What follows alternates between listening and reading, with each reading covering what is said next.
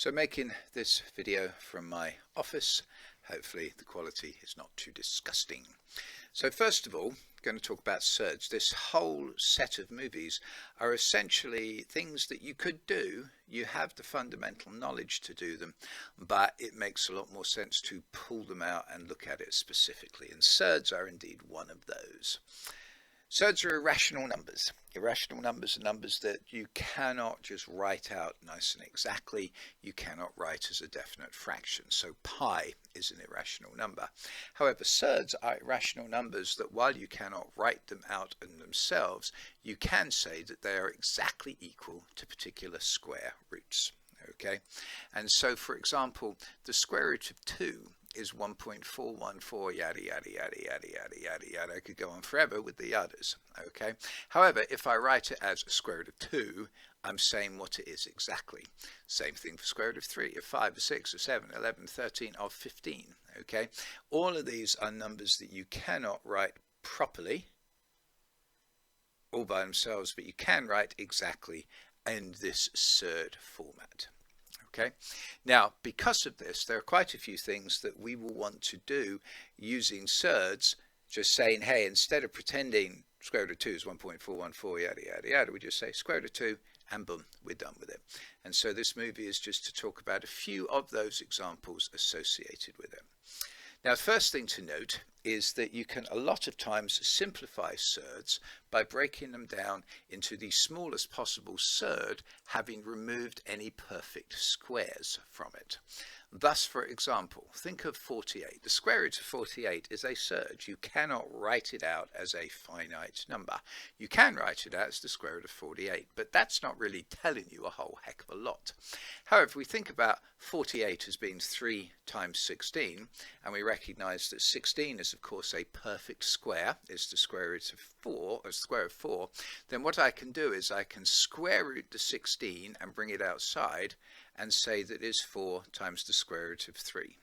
Okay, so what I've done there is I've removed the perfect square from the surd, leaving a much more smaller, manageable surd behind. Other things you can do is simplify a term like this that is effectively two surds. The square root of 48 is a surd, the square root of 27 is a surd. However, if I again rewrite them in terms of, well, 48 is 3 times 16 and 16 is a perfect square, and 27 is 3 times 9 and 9 is a perfect square. Now I hope you can see I can factorize these. I can take the square root of 16 and pull it outside just like I did for 48. I can take the square root of 9 and pull it outside, thus giving me 3.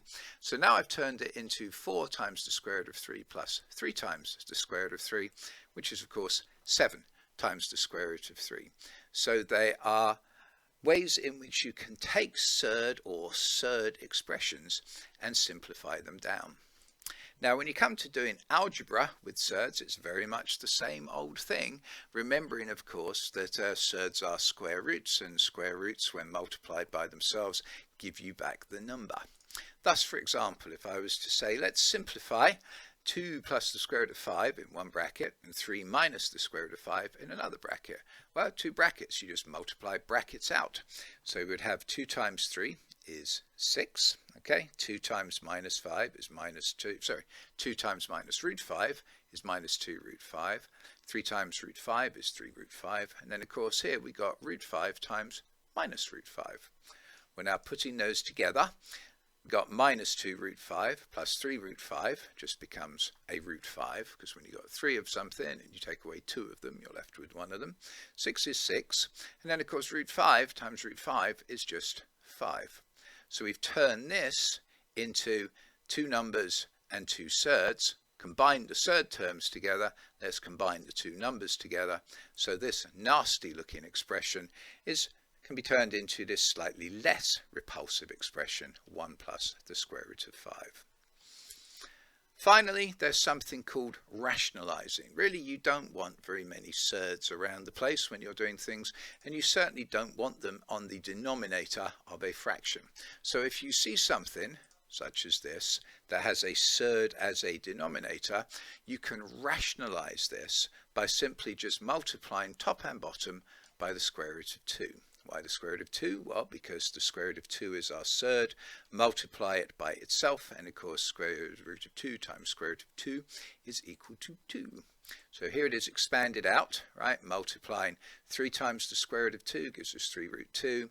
We got 2 times the square root of 2 times the square root of 2 is 2 times square root of 2 times square root of 2.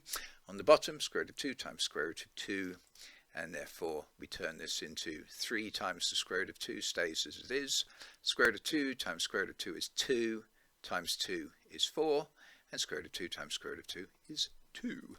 Wasn't all of that fun? Might seem a lot, certainly lots of square roots. Practice the quiz a little bit and see how you do on it.